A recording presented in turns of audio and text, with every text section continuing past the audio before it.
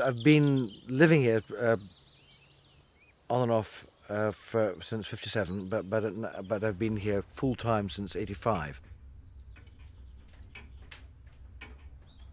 My great granny, Isabella McCrae, a beautiful woman, and she married John Martin from Skye, and their son, John George Govan, one of his wee students was a beautiful woman, Annie Martin McCrae, and they got married, and then their firstborn was my grandpa, and my grandpa's firstborn was my mother, and she introduced my father to the area, and so I've been here since '57, every summer since then, but living in the West Coast in Kintail first of all since '76, and then I bought the Glenelg Inn and renovated that and created this wild place in '85 and sold it in 2007.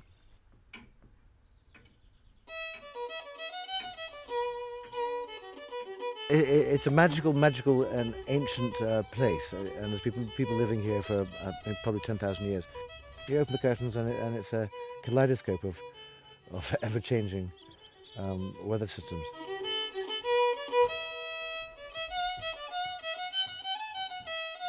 All of what we see now is on the peninsula, which is Glenelg Peninsula. You've got Loch Duich on the north side of it, and you've got Loch Hourn on the south side of it. Then you've got Knoydart Peninsula, then you've got Loch Nevis, the Loch of Heaven. It's wonderful. Why is it called the Loch of Heaven? Well, because they must have. I don't know why, but it's not as beautiful as our Loch Hourn, which is the Loch of Hell. But it's called that because of very strong easterly gales. It's a wild old place in an easterly gale. But it's a beautiful loch. It's the most beautiful loch. It's a big favourite of our family. It's always southwesterly prevailing winds, so they're slightly milder, and you can see the rain coming up from down south. But we get much colder weather and snow sometimes from the northwest and from the northeast. It changes all the time. It's amazing. It's going to brighten up today. It's going to be wonderful today, I think.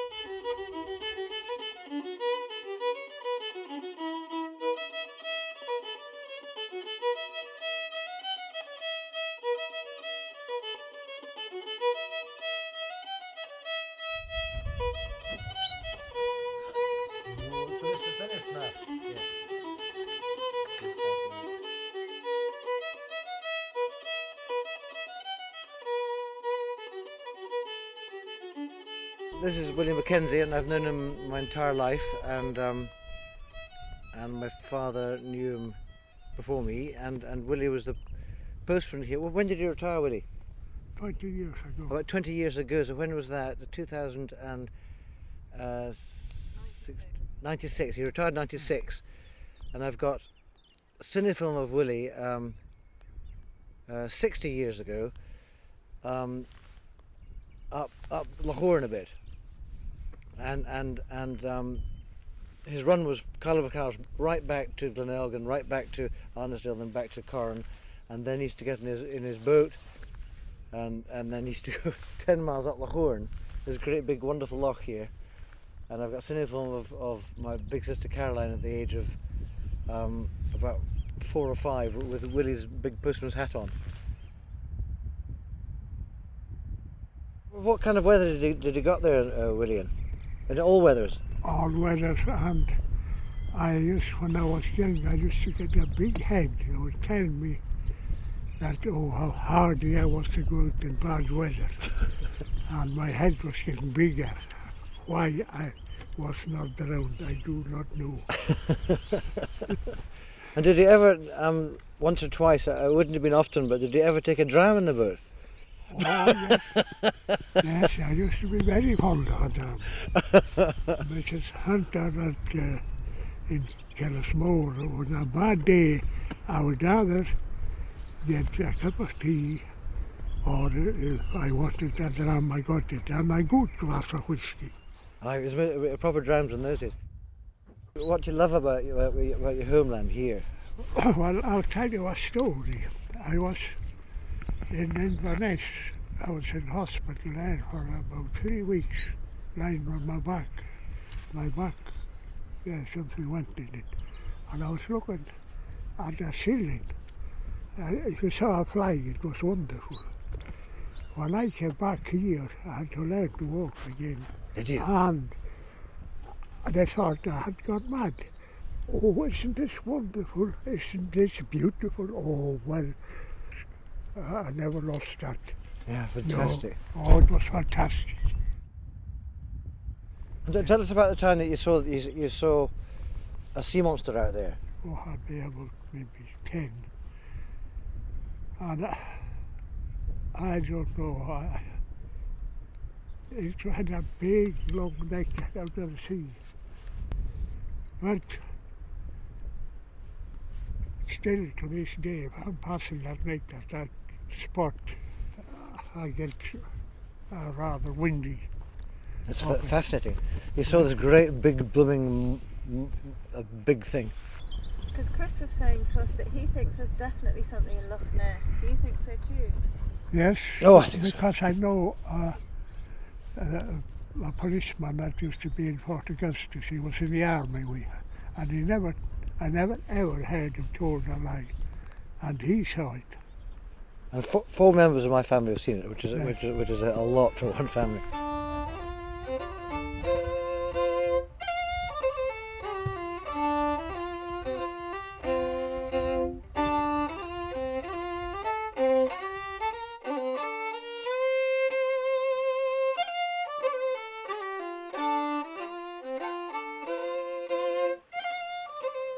And I iron the greenhouse sheets because we do little tiny breaks. We do 3 or 4 day breaks, or you can stay there a week or 10 days, or as long as you want.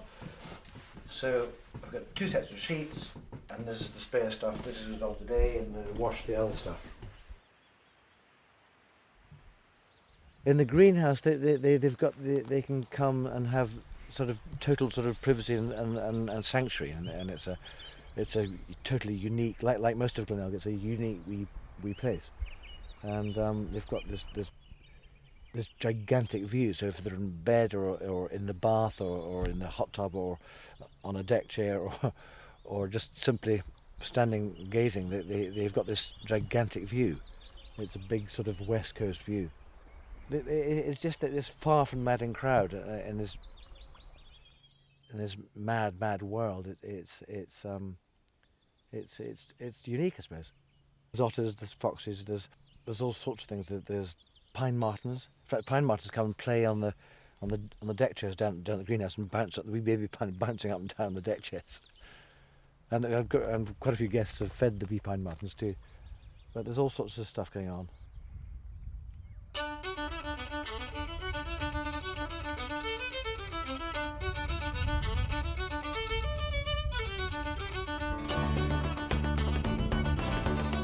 But Bruce, tell your story about the dolphins that you saw at night in the moonlight, the phosphorescence light coming off them like torpedoes. That's right, yeah. He's just coming back on sort of summer's evening. We looked astern of us to port and to starboard, and we've seen these like torpedo like figures through the water, 4 or 5 at a time, come in, port and starboard aft. And it was absolutely magical. Give everybody a shout. And it was, I've been at sea for 30 odd years now, and it was one of the most unique experiences I've ever had. Absolutely beautiful, awe-inspiring, and the dolphins themselves, or porpoises, it's hard to say because at night, they were clearly enjoying the experience too, gliding in and out, seeing their phosphorescent trails going in and out. The other day, Donovan, the #1 skipper, who's a local man who I've known my whole life, he filmed these dolphins, and it got about 10,000 hits on the ferry Facebook, which Joe is ferry development manager. Very important person, actually. But anyway, the dolphins were fantastic, and they played with the ferry for about an hour. And no other ferry in Europe does dolphin tours or porpoise tours or basking shark tours. And there are plenty of wee boats around about the place that do tours, but in terms of being a vehicle ferry, a car ferry where you can cross from the mainland to an island, it's probably the only one where you can experience stuff like that.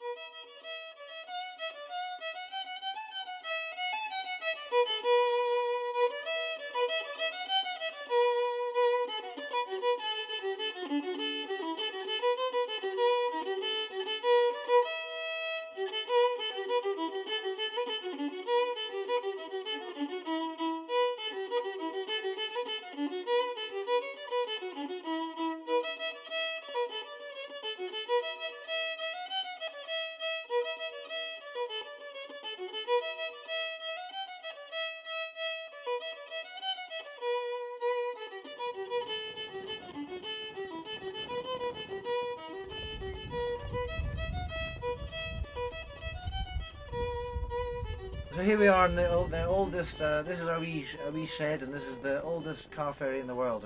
This is Donny, a very old pal. And it's the only turntable car it's the only, exactly, the only turntable ferry, the first and last steel turntable ferry in the world, which was built in '69 for Glenelg, and that's her name, Glenelg. But, and there's Colin is his wee brother, who's riding shotgun today, and Colin's training as a skipper as well, so we're fairly secure for the way ahead. But Donny, tell us that story about when Murdo was showing his showing his varicose veins. Yeah. Well, it was a very strong ebb tide, and in the morning, and he was having problems with his varicose veins on his legs. And he whipped up his trousers and he was flashing his varicose veins at me and telling me how bad they were.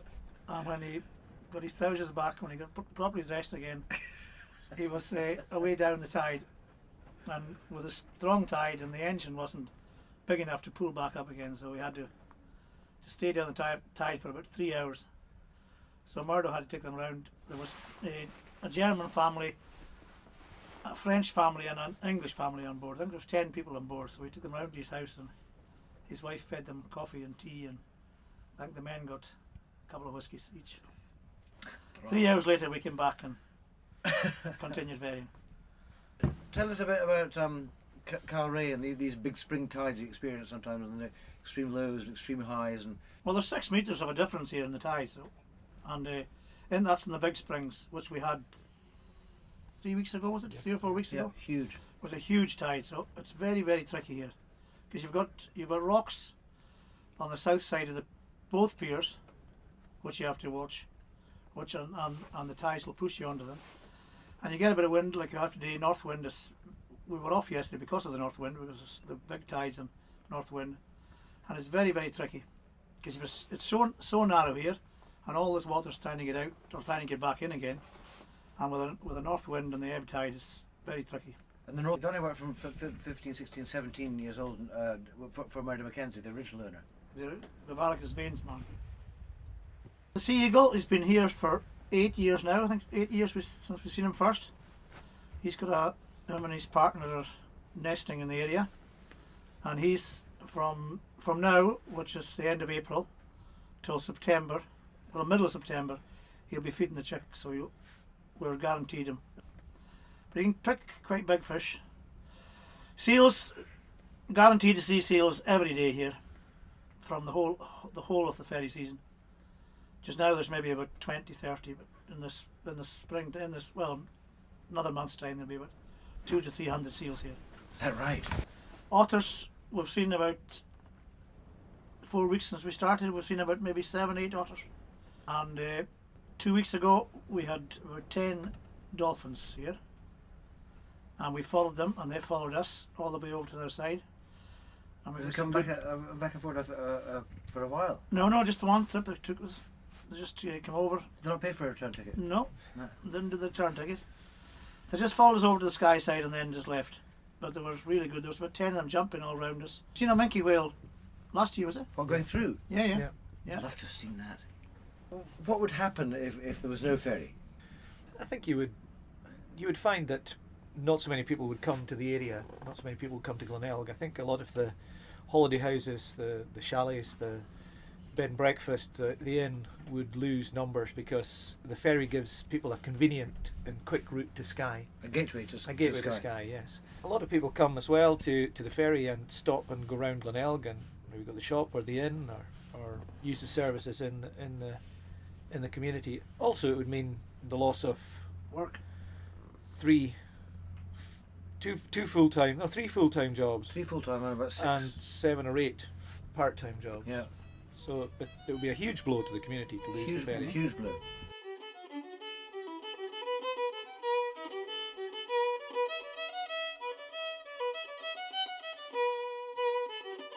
It's just utterly unique and a part of it's on the sort of edge of Europe. It's wonderful and unique.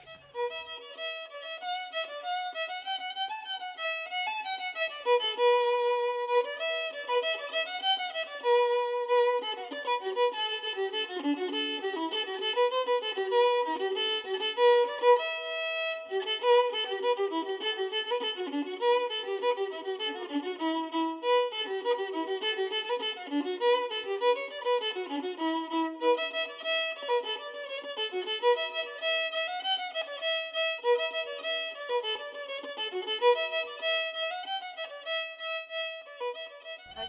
He's now worried it's about the your- boat. It's your turn, Chris. To do what? Just not talk. It'll be our first. Yeah, that's the hardest one of the lot.